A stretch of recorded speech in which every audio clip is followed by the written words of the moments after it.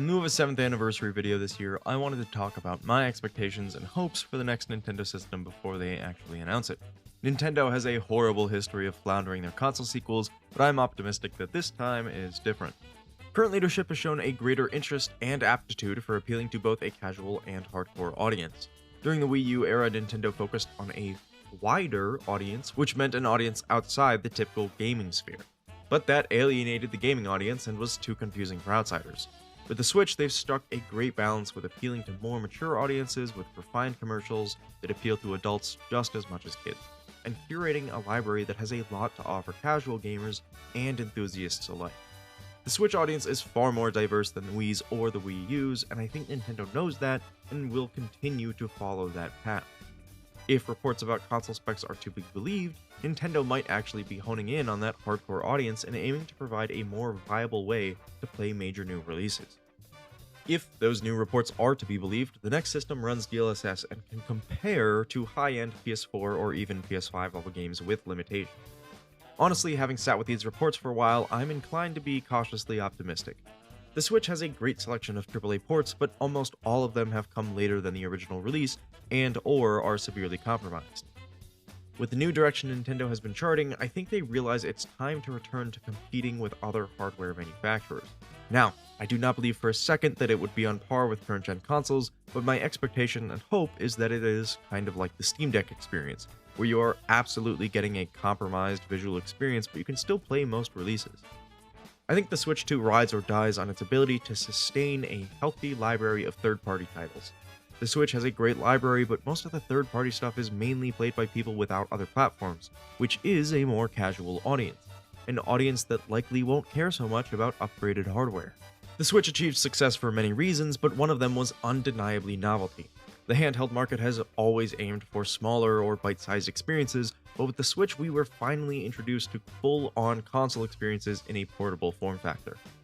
Maintaining this novelty doesn't really seem possible, especially with the number of portable PCs offering a similar experience and the PlayStation Portal kind of. My hope is that Nintendo recognizes that novelty alone isn't enough, and a new console successor has to start pulling some weight compared to the competition. A portable system with DLSS support offers a lot of potential, so if the console is powerful enough to run current-gen games with DLSS at a less compromised degree than we are currently seeing, I think the Switch 2 could have genuine appeal to the casual and hardcore audiences.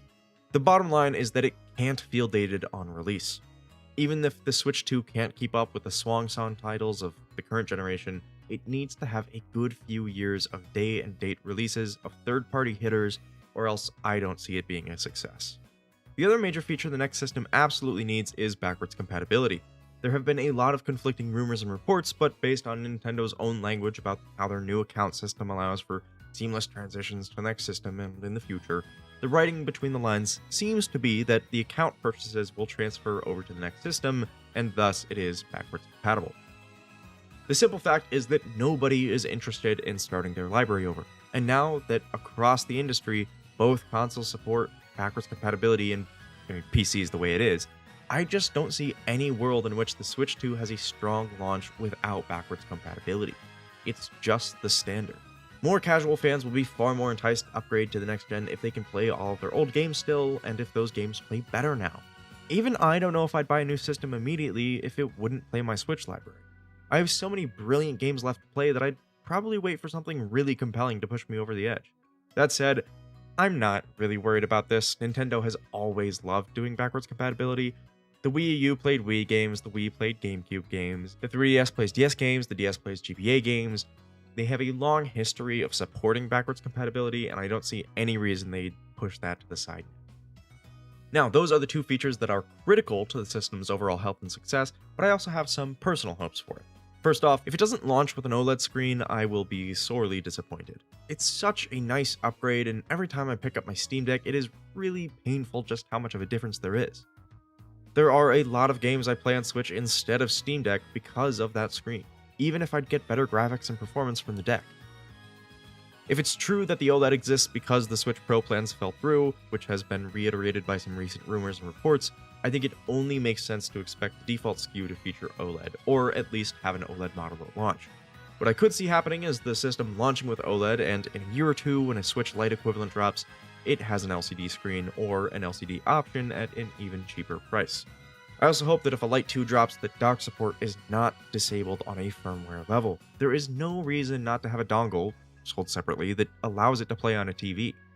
Speaking of, rumor has it that Joy-Cons are a thing of the past, and the next system will have a single body and a separate controller for dock to play. There are pros and cons to this for me. On the one hand, a sturdier, more ergonomic design would be awesome. On the other hand, I love doing this fucked up thing in bed where I lay on my side, detach one Joy-Con, unlock the other, but I keep it in the rail, and I play like this. I should see a professional. As for the dock itself, I see two potential routes forward. Option A is that the dock technology is essentially the same and routes the exact same amount of power to the Switch. If the form factor is similar, old docks could still be compatible with new Switches, but new docks have more ports or something. Option B is that the docks are reworked to only support Switch 2 and offer new features or just more power to the Switch. This seems a little less likely because I just can't think of any meaningful changes Nintendo can or would want to make to the dock, but on the other hand, they love making weird proprietary hardware things, so who knows. For either route, and this is a cold hard promise, faceplates are back. Now that the core foundation is locked in, I bet Nintendo is going to dip back into personalized user experiences for this system. It would be so easy to give the dock a detachable face that can be exchanged for any number of colors and designs, much like the new 3DS. There could even be My Nintendo exclusive plates. For the new controller, not that I personally would get much use out of it, but it needs an audio jack. I mean, seriously, why is this not on the Pro Controller? My only other hopes are that it has more advanced haptic feedback up to the standard of PS5 or even higher, because I love this feature and I so hope that Nintendo doesn't abandon it. The other hope, and this is the more important one, analog triggers.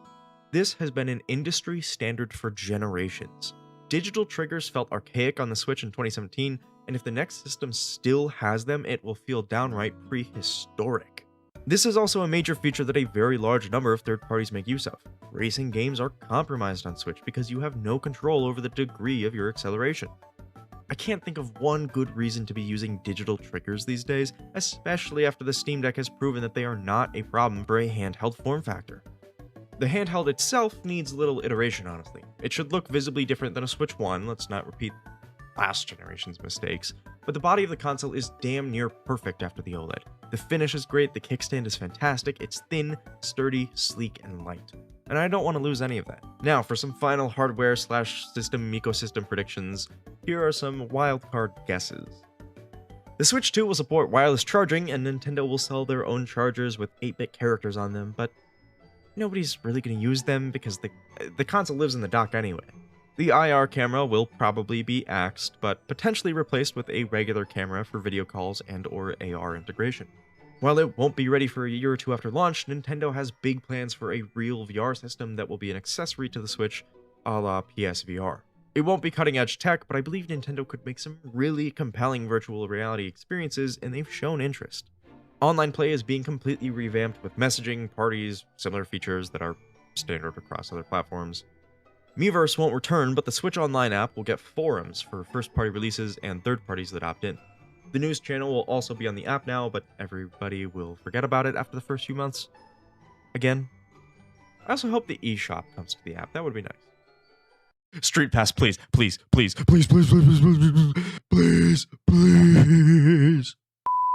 I can also see Nintendo leaning into the Switch as more of a everyday device with alarms, reminders, a calendar app maybe, just some other weird stuff that they like to do without getting in the way of a clean, crisp console experience.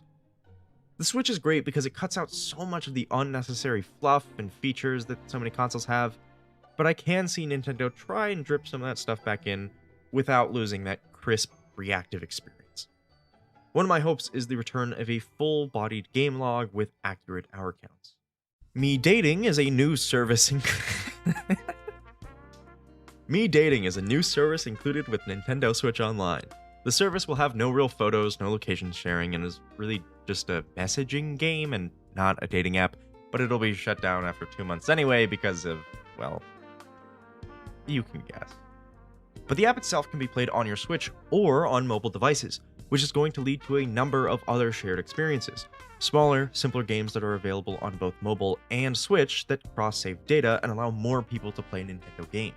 This also entices non-Switch owners to subscribe to the service, which will be renamed Nintendo Online, or maybe Nintendo Super Online to keep the NSO acronym. NSO will start to include their film library as it develops and will probably launch with GameCube games at the base tier on the new system.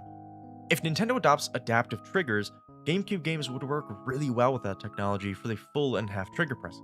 I also think Nintendo might, if they do go in this direction of trying to get non-Switch owners onto NSO, that they might dip into a game streaming platform, but I also don't think they're competent enough to make a functional one, and this is not a direction I want them to go. Now, my arch nemesis Midzit, don't follow his channel, linked in the description, he doesn't deserve it, seems to believe that the next system will have a stylus and bring them back in a big way. This absolute cretin has no idea what he's talking about. He has no credentials. He doesn't even play Nintendo games. I see that happening. Halfway through the generation, Nintendo is going to try and do a smell-o-vision sort of thing, but it's never going to catch on. It's going to be stupid expensive, hard to develop, and it'll be the Labo of this system.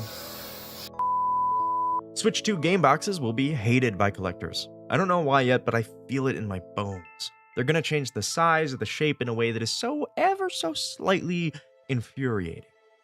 If I have to guess, they will opt for a Wii U or GameCube style banner at the top, but the spines are nearly identical to Switch games, so on a shelf, they're indiscernible. Oh, okay, at this point I'm just making up stuff to amuse myself, so let's get on to software itself, because a new system is only as good as the software it runs. So what does Nintendo need to do to secure a solid launch for Switch 2? Now, first off, I have to say that the first year of Switch was crazy good. There was a ton of high-quality games in that first year, and frankly, I don't think Nintendo can do it again. Because the Wii U did so poorly, I have to guess that many of the Switch launch year games were originally destined for Wii U, but were held on until Switch dev kits were available, and then they underwent some changes. Mario Odyssey is a quintessential Switch game, but considering that there was no new purely 3D Mario for Wii U, I doubt it was conceived as a Switch game from the get-go. Mario serves as the perfect gateway into any new Nintendo hardware, and with the timelines we have, I think it just makes sense for the next 3D Mario to be a Switch 2 launch title. There was a lot of clamor for Odyssey DLC or for Odyssey 2, but Nintendo didn't do it. Given the 6 years since Odyssey, I think it's safe to say we won't be getting a sequel. I'd love to be wrong, but it definitely seems like they've gone to work on something else. Now, again, I could be wrong, an Odyssey sequel would be a good way to garner interest for a new system. Hey, you like this game? Well, we're doing a direct sequel, but you have to buy the new system. I'm sure it would work really well. But given Bowser's Fury, I think we're in for something different. Fury seems like a glimpse into where the team is headed, and the deliberately segmented approach Odyssey took just doesn't seem to fit it. If I had to guess, and I'm doing exactly that, the next 3D Mario game is going to be a large interconnected world that takes everything Bowser's Fury did and scales it up. I think it will be a spiritual successor to Mario 64 in the sense that it tries something completely new for the series. A much trickier franchise is Zelda. While I'm fairly confident I have Mario's future, at least the broad strokes, predicted, Zelda is a big wild card. With Tears of the Kingdom coming so close to the end of the Switch's life, it's pretty obvious our next brand new 3D game won't come out until about the middle of the next system's lifecycle. But that opens the door for a lot of possibilities. After Breath of the Wild, Nintendo has been very keen on releasing Zelda titles almost yearly, and with as big as Tears of the Kingdom and Breath of the Wild have been, I would be shocked if the Big N doesn't release something under that branding in the first year of the next system's life. My hope is that we get a brand new 2D game, given that the last one was A Link Between Worlds in 2013, excluding Triforce Heroes from 2015. My thought is that there has been a new 2D game in the works, but it was put on hold until the next system. The Switch doesn't need another Zelda, but giving the next system a brand new game at launch will obviously be a big deal. I'd honestly love to see what an original Grezzo Zelda game would look like, because they've done a great job with the Zelda and Miitopia remasters. But if that doesn't happen, I'm positive Nintendo will put Zelda on Switch in some way in the first year. Either by remastering Breath of the Wild and or Tears of the Kingdom, or with a Twilight Princess Wind Waker collection, or even a full-on remake of Ocarina of Time, I am positive we will get something from Zelda, given the momentum it has had on Switch. Maybe even a Hyrule Warriors 2. One way or another, I do think we'll see another Nintendo Warriors game. But I would wager it's probably going to be a new franchise, and I think Xenoblade is the most sensible choice. With the saga finally completed on Nintendo Switch, a Xenoblade Warriors game has a massive cast of characters to pull from, and a lot of loving fans. This discussion of launch titles can only really lead us one place though: Metroid Prime 4. At this point, I think most people have kind of accepted that MP4 will launch on the next system. With how many years it's been since they restarted development, they've got to have something close to a complete product, right? But I'd wager they're saving its reveal for the next consoles announced. Metroid Prime 4 will be the next Breath of the Wild in the sense that it is the game that ushers in the next generation. But it probably will still release on the base Switch. Being one of the only major games to play at launch could also finally give Metroid the spotlight it deserves. Pokemon could also see a new generation in the first year, but I hope it doesn't. On Switch, the usual release cycle was disrupted by the Let's Go games, which was a valuable learning opportunity for Game Freak and has had a surprisingly large impact on the main series. What I hope for the next system is that we get a new Legends game that fills a similar role, experimenting with new features that could become part of the main series, all the while giving the studio a buffer between Scarlet and Violet and the next generation of Pokemon. Pokemon has sorely disappointed on Switch because of the ineptitude of the games on a technical level. Game Freak has had 7 years to adjust to HD game development, and if anything, their games have only gotten uglier. With the recent comments from the Pokemon Company's Chief Operating Officer Takato Utsunomiya, I'm hopeful that the Pokemon Company is finally going to relent a little and allow Game Freak the time it needs to craft games that are worthy of the highest grossing media franchise in the world. Games take longer to develop than they used to, and the Pokemon Company was having none of that this generation. At their core, Scarlet and Violet are great Pokemon games, but the entire experience is dragged deep into the mud because of how unpolished they are, which, to be clear, is not something I think Game Freak deserves the full blame for. There are larger forces at work that keep the studio on a rigid schedule, and they don't get the opportunity to delay a game for a better result. But they need to find a solution. If it takes more outsourcing, bigger budgets, or even smaller scope games, they need to figure out a way to deliver a consistent and quality product. My hope is that we get Legends Unova, and then maybe Black and White remakes. For other franchises Nintendo can be expected to bring out in the first year, I fully expect a new Fire Emblem game to be revealed. Three Houses did exceptionally well, and Engage, while less so, was done well before it released. Intelligent Studios has been hard at work at other projects, but I'd be a little surprised if the next mainline Fire Emblem game isn't in development. At very least, I could see the Radiant Saga being remastered or remade and then released together on the next platform. But based on the series' current forward momentum, I think we'll get a fresh game first. F-Zero might be another game released in the first year. F-Zero 99 was super well received, but player counts have dropped significantly. I think if Nintendo really invested into a new F-Zero game with a multiplayer focus, it could really thrive as a first-year experience. I don't fully expect this because F-Zero 99 is so recent and it seems like it's testing the waters, but I think the first year of the next console is the optimal time to release a new F-Zero game because it will have way more of a spotlight. After that, Smash Bros. Is another franchise I have full confidence will release on the next system's first year, but I don't think it'll be a new game. With the way Sakurai has been talking about the series lately, it doesn't seem likely to me that we'll see a new entry on this system, unless Nintendo fully revokes his director status. Instead, what seems more probable to me is that we get an Ultimate Edition of Smash Ultimate, potentially as a launch title, which includes all the DLC, some enhanced graphics, revamped online play, and the promise of more DLC fighters. I think this would satisfy most players, keep the competitive community alive, and offer a really viable way for Nintendo to keep capitalizing on this franchise without killing Sakurai or transferring ownership to somebody else. Given Ultimate's name, it seems like a brand new game in the series would have to be a full-on reboot or reimagining, and I don't think we'll see something of that scale on the next system. And I also don't think Nintendo would let a system go by without a Smash game.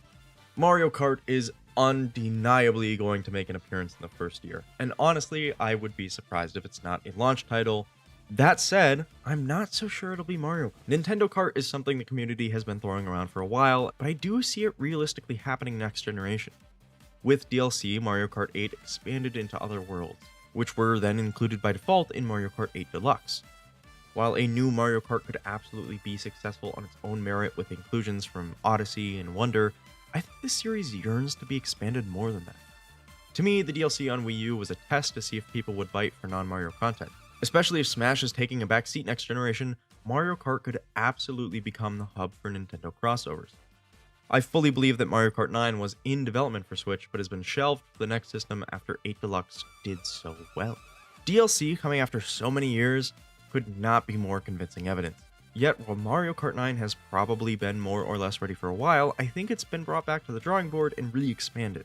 A regular Mario Kart could not possibly hold water against 8 Deluxe with all of its DLC. So, hopefully Nintendo has been really evolving that formula. Even if it is just a Mario Kart game, I would be really shocked if it's not a full-on reinvention of the series. Splatoon is in an awkward position where the most recent game is definitely too new for a Splatoon 4 to happen early on in the Switch 2's life, but Splatoon seems like a franchise Nintendo would be hard-pressed to not release on their new system as early as possible. If backwards compatibility is a thing, 3 will probably just be upgraded, sold with DLC as a package on the new system, and with another year or two of promised updates to the game, but time will tell. After the unexpected success of New Horizons, I think a new Animal Crossing game is coming soon, but I don't know if it'll hit in the first year. On the one hand, Animal Crossing has become a huge cash cow for Nintendo, and I'm sure they are eager to put a new one out to sell new systems. But 2020 was a perfect storm for New Horizons, and they're kidding themselves if they think the next game will get the same reception. With the lukewarm to negative reception of post-launch support, I hope Nintendo is focused on making a great Animal Crossing rather than a quick. New Horizons took a while as is, and even on release was stripped of a lot of popular series features.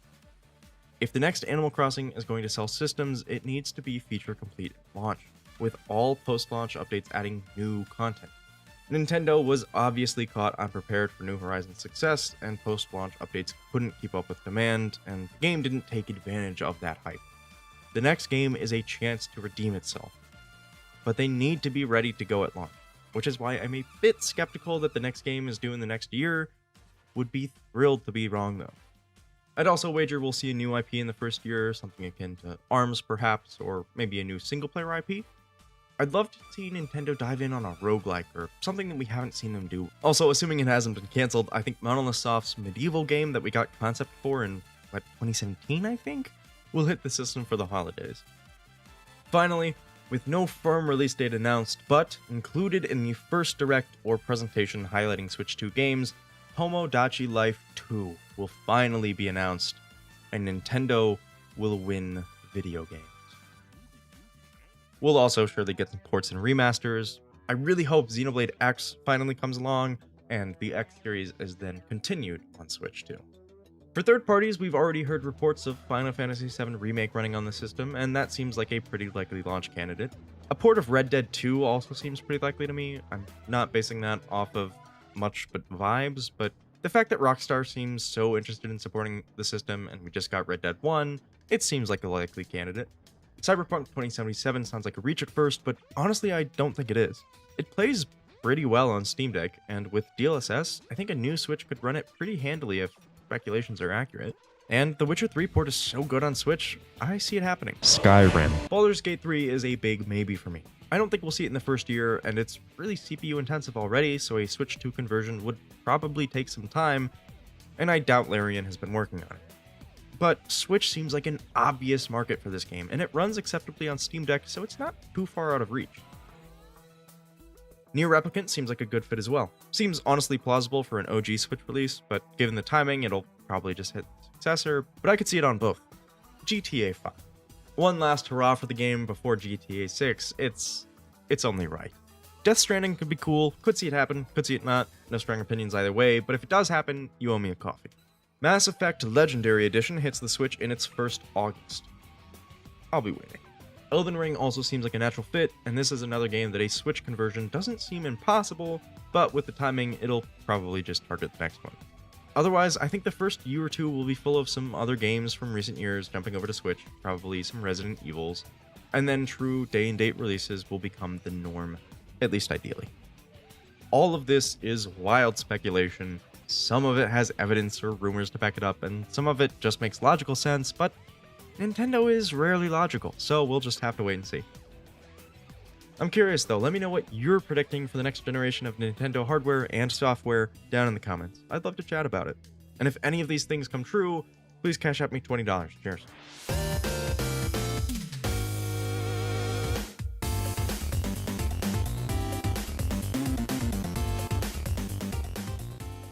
After the unexpected water break, it's